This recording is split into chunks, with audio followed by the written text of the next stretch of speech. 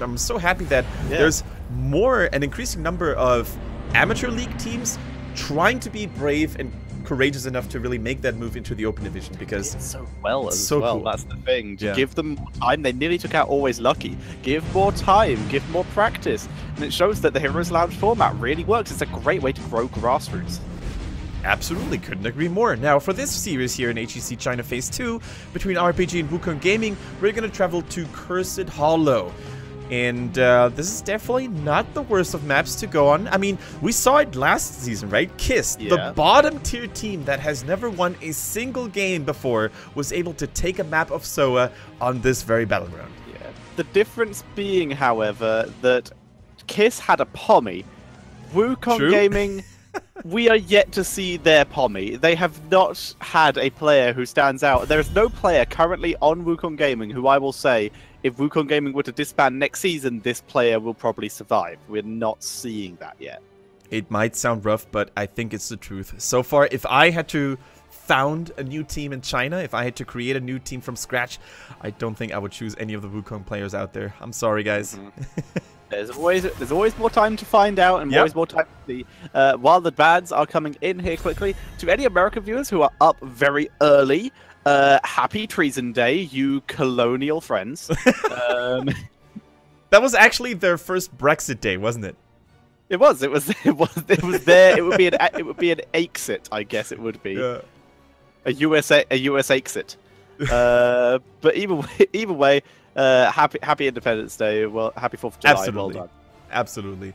Now, we see the first ban here coming in on Dahaka. We see the Genji respond immediately. So at least Wukong Gaming is respecting the damage that Genji can bring to those teams. And especially so if your team synergy might not be on par with the other competing teams. Now, Uther immediately picked up. Nothing new. Isn't it amazing to see how China has turned into this very predictable region, where if you compare it to Phase 1, they were just all over the place, not really heeding to any of the international standards.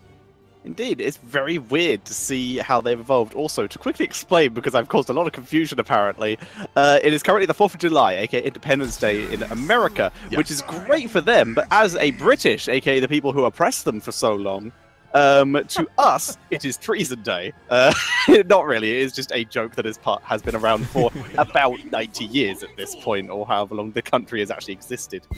But Fair enough. There you go. That's the explanation. It's definitely longer than 90 years, but... I'm sorry, it sounded like I'm crying that my ancestors got kicked by your ancestors. Yes, with the help of the French, my ancestors were kicked by your ancestors and the French. So well done. Either way, a Greymane and Noob. This combo is so popular for the last couple months just due to the insane amount of setup and burst follow-up that it does offer.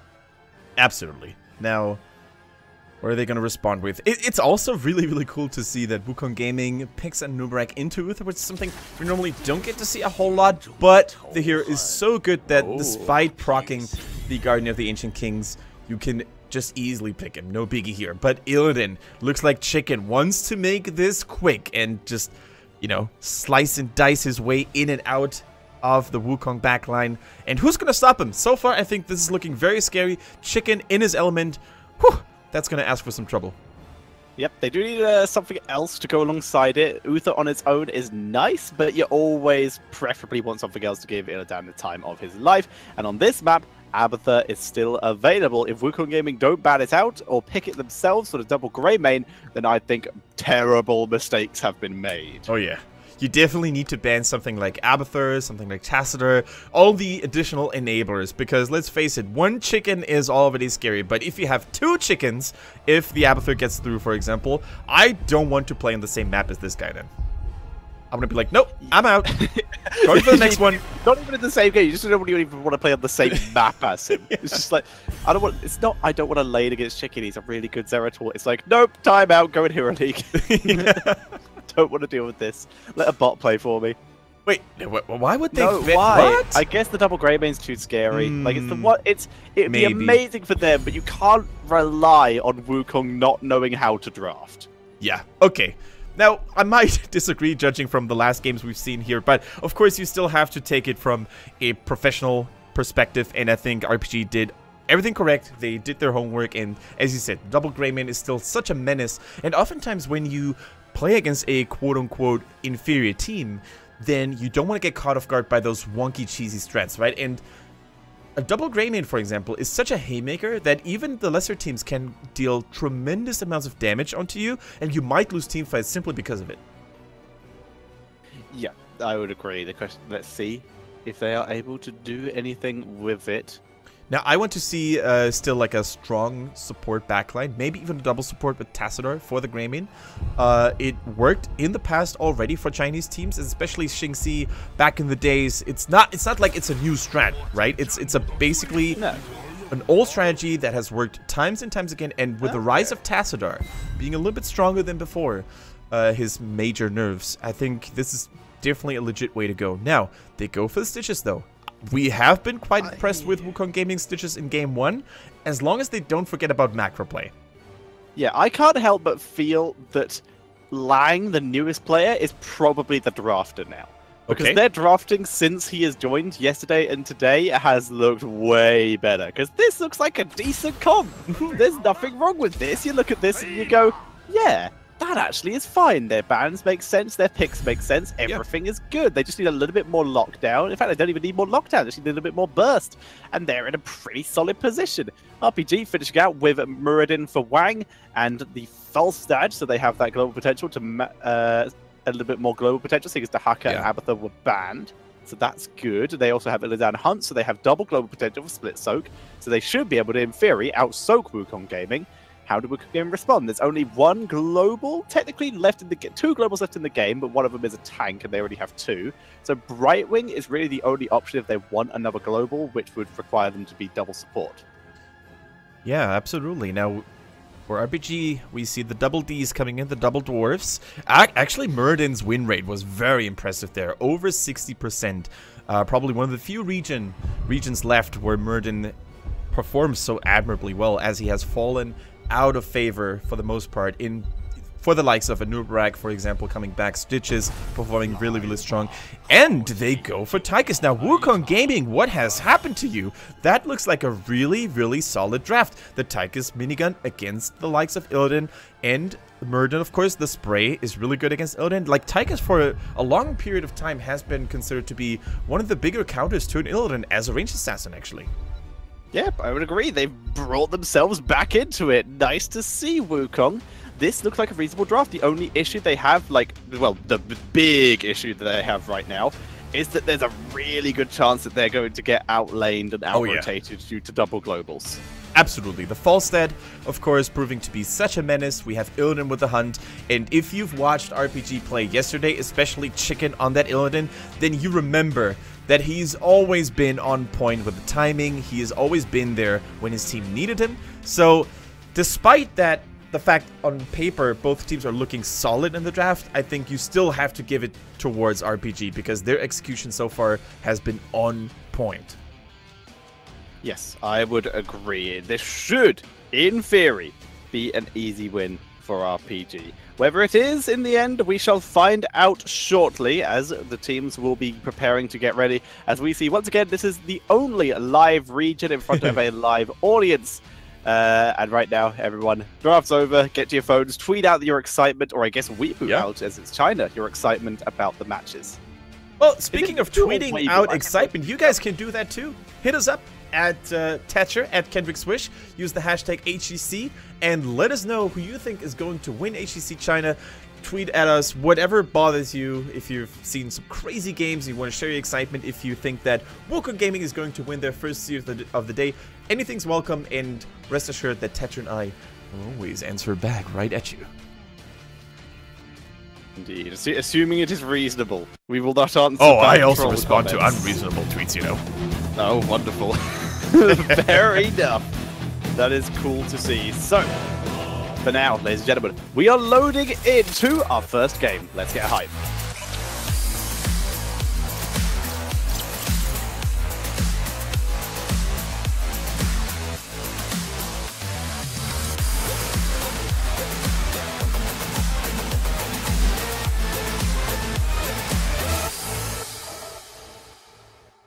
Alright, side, on the left-hand side, it is Tetra's favorite team, and I just stole the introduction phase from him.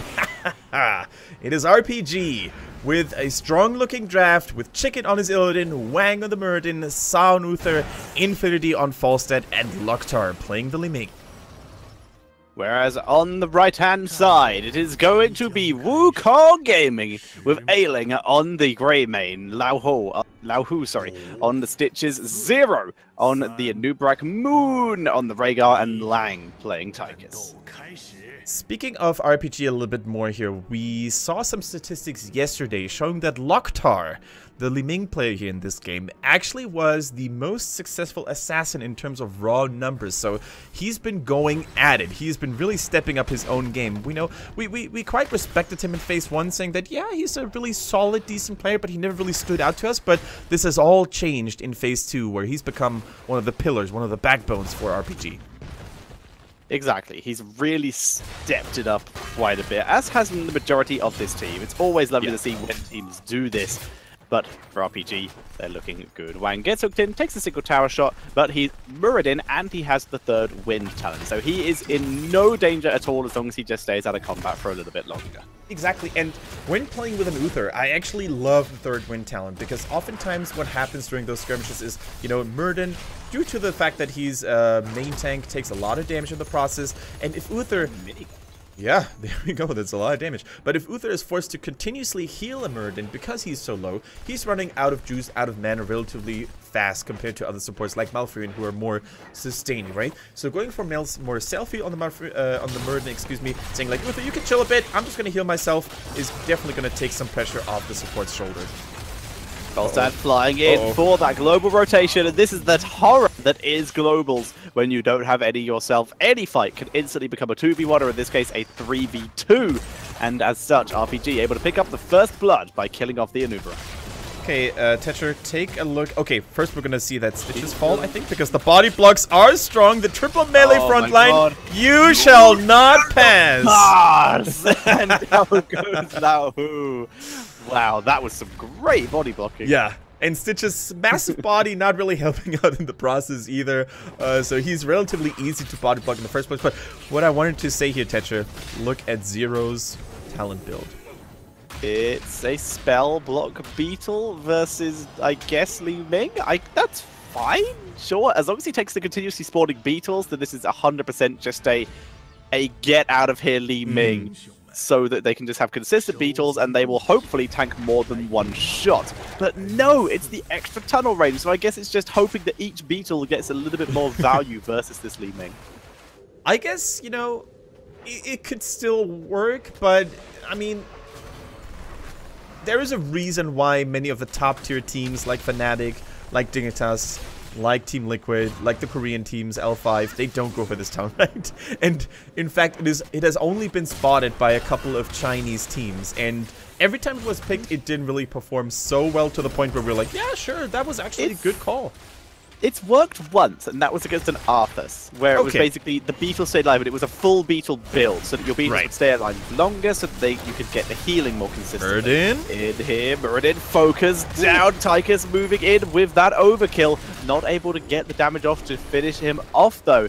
Remember though, while this is happening, this is just a delay tactic by RPG. They're not trying to get the tribute here. And as such, you can see Loktar doesn't even try to take it. All they're doing is buying time so that Illidan can do Illidan things in the bot lane. Loktar, careful. They're playing very aggressive now. They can see that Muradin is rotated to mid lane, so they know it's a 5v3, and they're going to look for a kill. Sa is focused down, and he will go down. So it is Sa and Tribute going over to WKG Gaming, which is pretty good for them, but Illidan has already pushed up bot lane pretty aggressively, and Muradin was able to soak most of mid lane and take out all the ammo.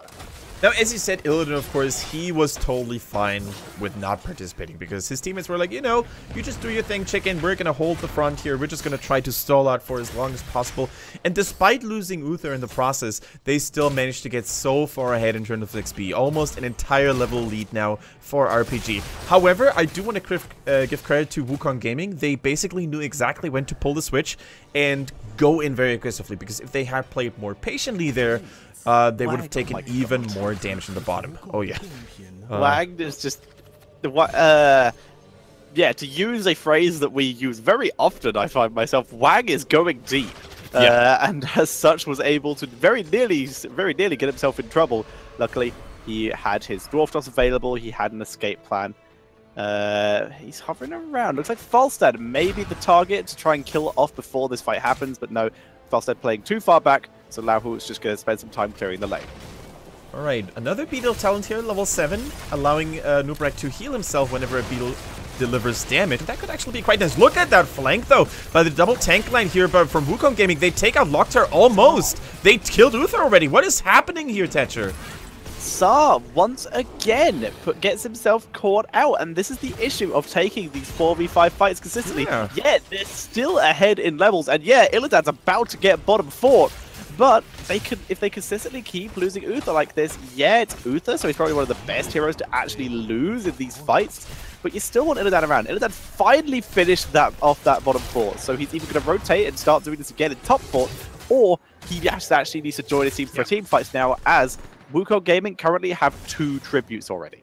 Now let's elaborate a little bit more on RPG's battle plan here, because it might look a little bit wonky from a team fight perspective, but from a macro perspective, it all goes according to plan. Wang, by the way, look at this menace. He knows exactly like what Grayman is about to do, and can he steal the mercenary camp? He's fighting in a one-on-one duel. He's getting it. Oh my goodness! By Rhaegar. They want to try and punish him though. The hook was landed. Good start on Rhaegar. Completely denied. And Greymane, the only saving grace there is Greymane survived. Yeah. If Grayman had fallen there, this would have been an MVP move for sure, because this takes so much momentum. And Wukong Gaming, they invested so much time into this, right? A solo Greymane cannot really clear the Bruiser camp that fast, and Wang, he's just not letting go. The 2 stunners here, the 2 Alliance bros, Murden and Uther, they take him out behind enemy lines here, behind the top fort, and Tychus is no more. And RPG with a big disrespect move saying, you know what, we are not afraid to face you, even with those really, really brave and reckless maneuvers. We are the ones who are setting the pace here. And now they have level 10. That's basically what Illidan has been working for. He got so much XP that they're never really worrying, or they're never really going to have to worry about losing the 3rd tribute because of level 10. So everything going according to plan here for RPG. Really, really solid performance. Yeah, Wang doing his best impression of British history there and completely ignoring borders. Just living on the enemy side of the map at this point, and has been doing so much, has been punishing Wukong Gaming so much for their own rotations without getting punished himself. Like, you'd think they'd rotate and actually be able to pick him off. The one time they've tried, he just jumped away. Oh, this might be a good gank, though. We see 3 members from Wukong Gaming intercepting the boss attempt. Oh, okay. Denied. Mighty Gust by Falstad, and that is a boss secured coming in for RPG. Wang fighting the big beetle here. Oh, in the meantime, we see a kill against Wukong Gaming. Greymane is no more. Greymane, I feel a little bit sorry for him, because it's not like he did anything wrong. Well, he did okay, I take everything back. He took Go for the Throat against Murden. He did everything wrong. He did a little wrong. He also actually played this game instead of going into a bot game due to being against RPG. But either way, this is going to be top fort under duress. Doesn't look like it will go down with Tychus rotating in to defend, and a nice grenade to force the Giants out of range so they attack the minions instead of the fort, so the fort shall survive. Bot keep though under a little bit of trouble. Greymane is dealing with that. Looks like it won't go too far. It won't actually get to the keep. Will likely do a little bit of damage to that front wall though, but just in time for another tribute that Illidan is already at. This will bring the tribute count up to 2-2, because Wukong Gaming are nowhere near in position to deny. Alright, Wang, he's just casually scouting it out. The avatar, of course, is available. It should things get a little bit dicey, but so far he's just holding that front line like a champ. Illidan joining the fray here, and this is the infamous Chicken Wang combo.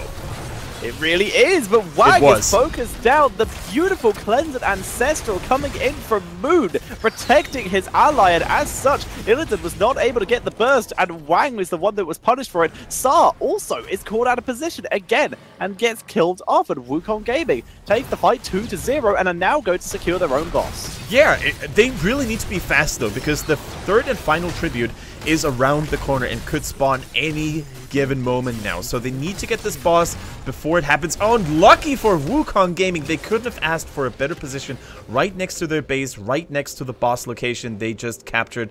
So things are starting to add up here for Wukong Gaming. Yeah, and they needed this to be here due to the fact that they're so low on mana in a couple cases. Rhaegar rotating down to the fountain. grab the mana that they need. Nubrak looking for an opportunity.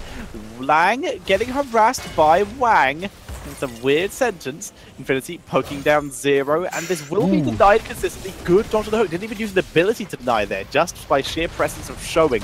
Wang once again continuing this harassment, but locked target engaged upon by 0 here. 0 took the leeching scarabs here, which does not keep him alive through this. No. As Wang continues to go deep, but in comes the overkill. Here comes the minigun from Taika, shredding through Wang, but it's Wang going down in exchange for Stitches as they're able to trade in a 3-for-1. And RPG will pick up the first curse of the game, and they steal the bruiser count. Okay, a major misplay here, unfortunately, by Zero, who uses Bird Charge on the Anub'arak to go in aggressively when the rest of his team was not ready. They fought in this weird horseshoe where multiple members of Wukong Gaming were trying to go the safe way around, as such, not really being able to participate in a team fight. But Zero was like, Leroy, I'm going in. And it didn't really add up too nicely for him. He got taken out immediately, and that actually was the beginning of the end here for Wukong Gaming. But kudos to them. They still managed to get a hero kill. They're actually not doing too shabbily in terms of XP. If they had played against CE, they would have probably been behind by 3 levels right now. So, really, really solid performance, I gotta say. Now, interesting thing here is to just hook the Siege Giant, and now they can't actually cap it because the tower's not up, so the Siege Giant actually won't attack it. It's going to walk all the way back to its original point, so that delays the cap quite significantly. There's the hook off the lockdown, teleports out, hunt for the counter engage. Falstad is not here, but neither is Anub'arak, so it is a 4v4. The keep will go down, Falstad making it a 5v4 as they turn around to look for someone, but no one is in range. Now it is Wang in a little bit of danger despite the numbers advantage, and that does actually force out the Gust.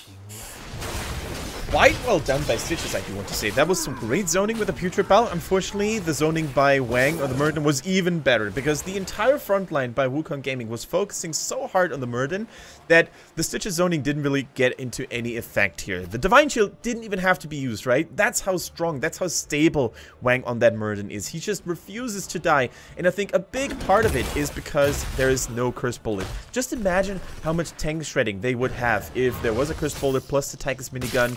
I think in this game, that's actually something we talked about earlier, Tetra, right? Sometimes you should go laser when your minigun is really needed. And I think this is one of the games where you really need to shred the Murden, drop the laser. It's also really, really solid if you put it on Illidan. Like, that constant magic damage provided by the laser really can cause a lot of Illidan players to sweat. So, I just would have loved to see a different build by the 2 assassins here on the side of Wukong Gaming. For a similar reason, I would kind of like to see Alpha Killer coming in for Greymane, just so they have some percentage damage, because they are going to be struggling. Absolutely, though. Alpha Killer would have done so much here for sure. You drop the Curse Bullet, you follow by the percentage damage after it, and this could be a party push. RPG is setting up. Are they going to get the trap, though? No. They're going to be patient, but not that patient. They're going to rotate to mid. They're going to go for the engage instead. You can be patient or you can be proactive. And they look for Moon. They take him down. No more healing as they turn it onto Tychus to disintegrate. It's out of range though. The Cocoon used by Anub'arak on the correct target. Gust comes in. It sort of lightly taps Anub'arak as he turns it back around. Now Falstad, a little bit of duress. Greymane engages onto him in the 1v1, but Falstad able to disengage as Anub'arak is focused down. Wang able to do a Mario on him by jumping on his head, and down goes Stitches too with a good body block by Chicken there. All Stitches wants to do is play, but they just won't let him. RPG body blocks him again, so he can't run to safety.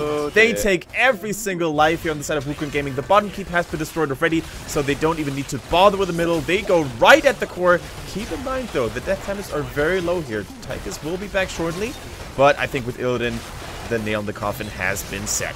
Yeah, Moon kills off Uther, and that might have actually been a terrible move here as Moon just heals up his allies. The Odin won't do anything, and that will be GG. And RPG takes game number 1. They take game number 1. They're on a good track to establish themselves a 2-0 victory, taking home 3 juicy points. I gotta say, though, that out of all the games we have seen by Wukong Gaming in the recent past, this was definitely one of the more solid-looking ones. They had moments of brilliance here. A couple of team kills against RPG. Was it due to the fact that RPG was playing recklessly and sloppily? Or was it due to the fact that Wukong stepped up their own style? I think it was a little bit of both. So Wukong Gaming, signs of hope here, I think, as HGC China continues. Signs of hope indeed. Now, this is once again best of twos, meaning we still have one more match in this particular series, and then 2 more series after this. But Wukong Gaming, signs of hope, not much. The RPG looking in a far more control, and the only reason that Wukong Gaming had those signs of hope is RPG potentially went a little bit too aggressive, and we had a little bit of a failing on the positioning of Sa in that game. Yeah. I want everybody to take a look at that cute outfit by Q here, by the way. Our lovely Chinese commentator on the left-hand side. I can't really spot what it is. It looks like an owl or a bird of some sort, but it just looks super cute. It looks like an owl. Yeah, I would say so. Indeed. I wish I could wear clothes like that to work. I think those clothes are really, really comfortable. Of course, I'm not a girl, so I don't know about it. But whenever I go to work, rocking a suit and a tie, and I take a look at my female colleagues, you know, them being very, very casual with those dresses, you know, very, very comfortable. It looks like I'm always a little bit jelly. It's still smart, and I am a personal believer of that. Gender-specific clothes is a very weird construct that us humans came up with. It's a weird thing. Like, at some point in our evolution, humans just, for some reason, in our brains, went, you different, you dress different. And if you say that in any other context, that sounds really horrible, but yeah, it's completely acceptable in that particular scenario. Nice dresses for all, men and women alike, so we don't have to sweat anymore in our suits and ties. I like it. All right, this got weird. This is the Heroes of the Storm Street.